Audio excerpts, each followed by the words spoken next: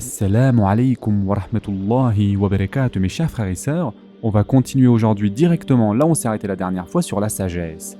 Et donc nous avions dit qu'il existait plusieurs catégories de sagesse. Et l'une de ces catégories concernait la sagesse dans la religion. Et c'est bien sûr la catégorie la plus importante, comme vous pouvez vous en douter.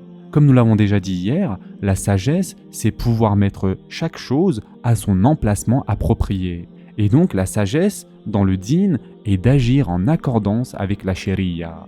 Le plus haut niveau de la sagesse est lorsque nous agissons conformément à la sharia. Al-Hassan al-Basri a dit « L'essence même de la sagesse est de craindre Allah subhanahu wa ta'ala. Il n'y a pas de sagesse plus sage que la sagesse de craindre Allah subhanahu wa ta'ala. » Une fois que l'on comprend qui nous a créés et comment on devrait vivre notre vie ici-bas, alors c'est là qu'on a acquéri la sagesse ultime. Et d'ailleurs, c'est pour cela qu'Allah subhanahu wa ta'ala dit que la désobéissance, c'est lorsque l'on agit bêtement sans réfléchir.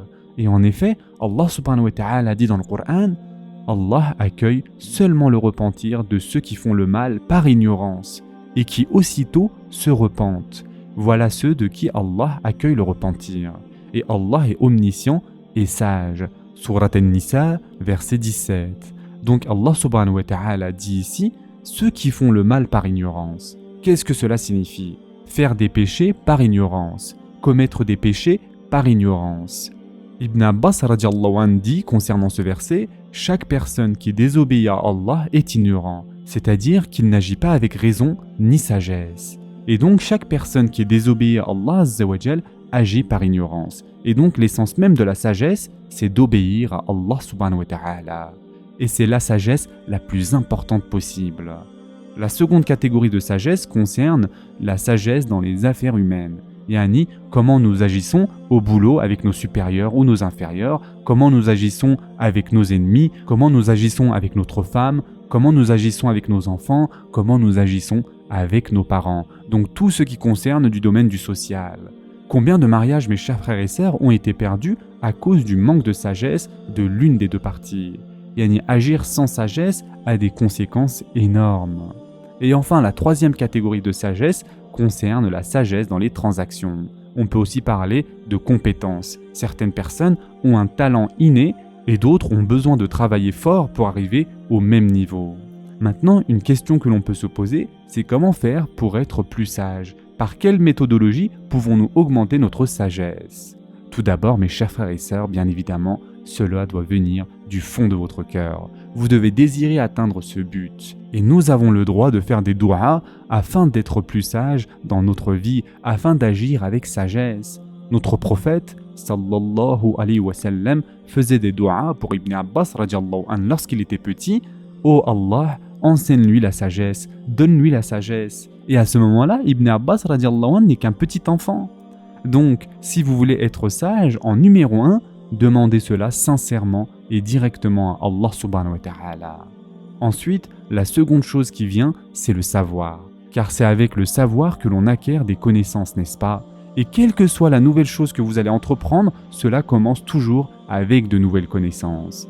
Et c'est pourquoi Allah subhanahu wa ta'ala dit dans le Coran, c'est lui qui a envoyé à des gens sans livre, c'est-à-dire aux Arabes, un messager des leurs qui leur récite ces versets, les purifie et leur enseigne le livre et la sagesse, bien qu'ils étaient auparavant dans un égarement évident. Surat al-Jumu'ah, verset 2. Et donc, en étudiant le Coran, en comprenant le Coran, cela va avoir un impact positif sur la personne et cela va lui permettre d'atteindre la sagesse. Et en numéro 3, il y a bien sûr l'expérience, le vécu. Muawiyah radiallahu anhu, le fondateur de la dynastie des Omeyyades, a dit « Il n'y a pas de sagesse sans expérience ». Répétons encore une fois, mes chers frères et sœurs, il n'y a pas de sagesse sans expérience.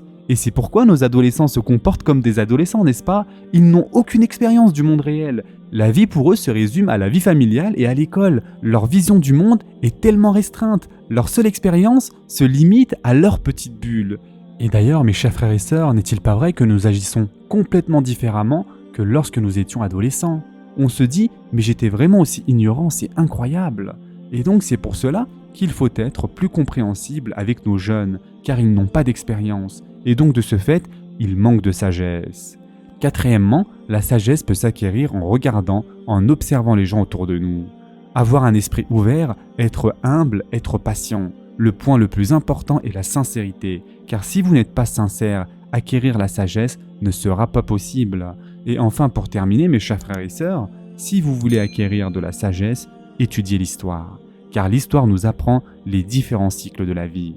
L'histoire nous apprend ceux qui ont eu du succès, mais aussi ceux qui ont été complètement à côté de la plaque, et donc qui ont vécu échec sur échec.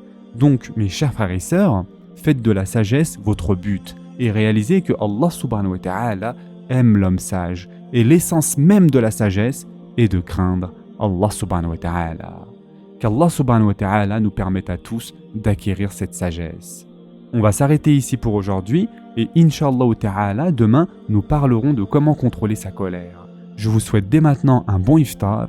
En attendant, prenez soin de vous mes chers frères et sœurs, et à très prochainement, Inch'Allah.